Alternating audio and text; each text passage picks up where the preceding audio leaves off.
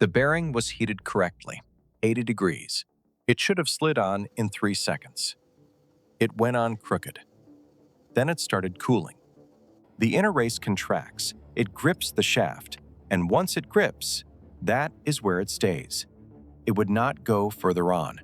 It would not come off. We let it cool completely. Then a hydraulic puller.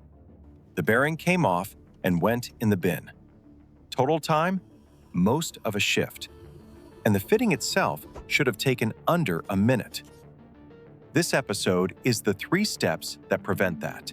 Every time. 3 steps.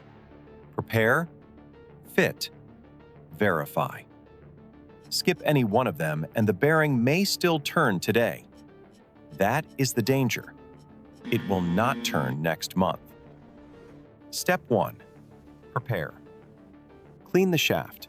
Clean the housing bore. Any contamination on the seating surface transfers straight into the bearing. Then inspect the shaft itself. Score marks, raised burrs, fretting damage from the bearing that failed. A damaged shaft will damage the new bearing the moment it goes on. Light damage? A fine file or emery cloth to knock the burrs down.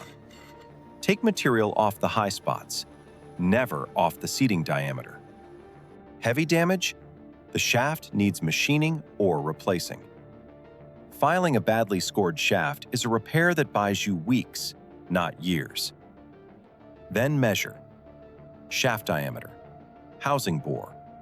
Compare against the bearing specification. Not approximately, exactly. 0.02 of a millimeter is enough to remove all the internal clearance from a small bearing. Last check.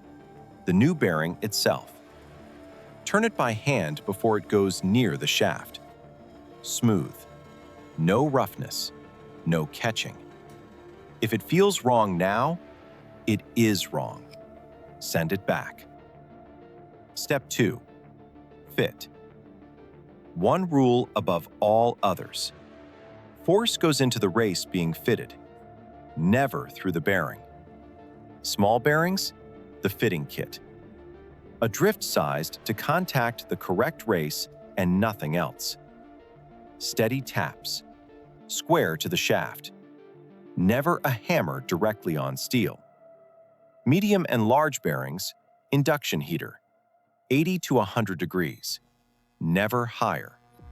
Above 120, you start changing the properties of the steel. Then you have 10 to 15 seconds. That is all. The bearing must go on square and seat fully against the shoulder before it starts to cool. Go on crooked, and the inner race contracts around the shaft at whatever angle it is sitting. That is the story this episode opened with. Large bearings, hydraulic press.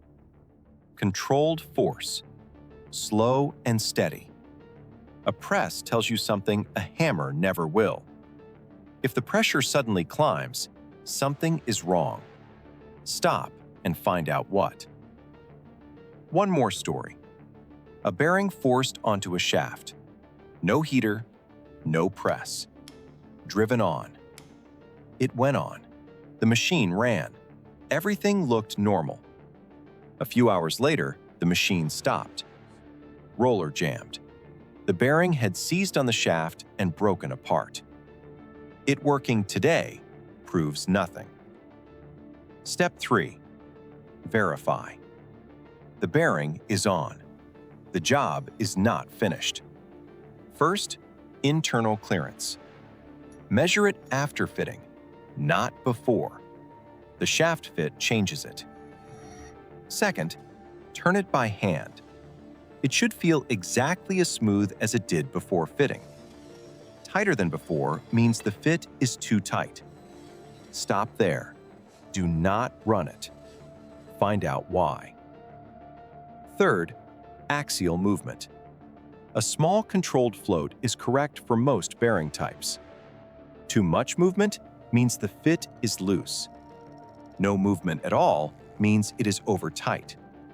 Both will fail, just at different speeds.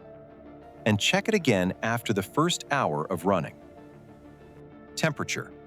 noise, vibration. A correctly fitted bearing settles. A badly fitted one gets worse. 1 hour tells you which one you have. Prepare. Clean. Inspect. Measure. Check the bearing. Fit. Correct race. Correct method. Square and fast if heated.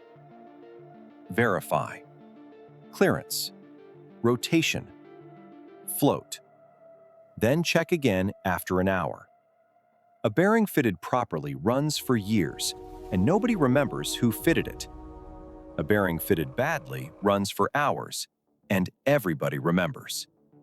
The difference is about 90 seconds of doing it correctly. You can select the right bearing. You can fit it correctly. Next week, the numbers stamped on the side, what every digit means, and how to read any bearing without a catalog. One thing before you go. If this was useful, subscribe. This channel is still small, and every subscriber genuinely helps it grow. And tell me in the comments, what is the worst installation you have ever had to fix? I read every one. Episode 6, next week.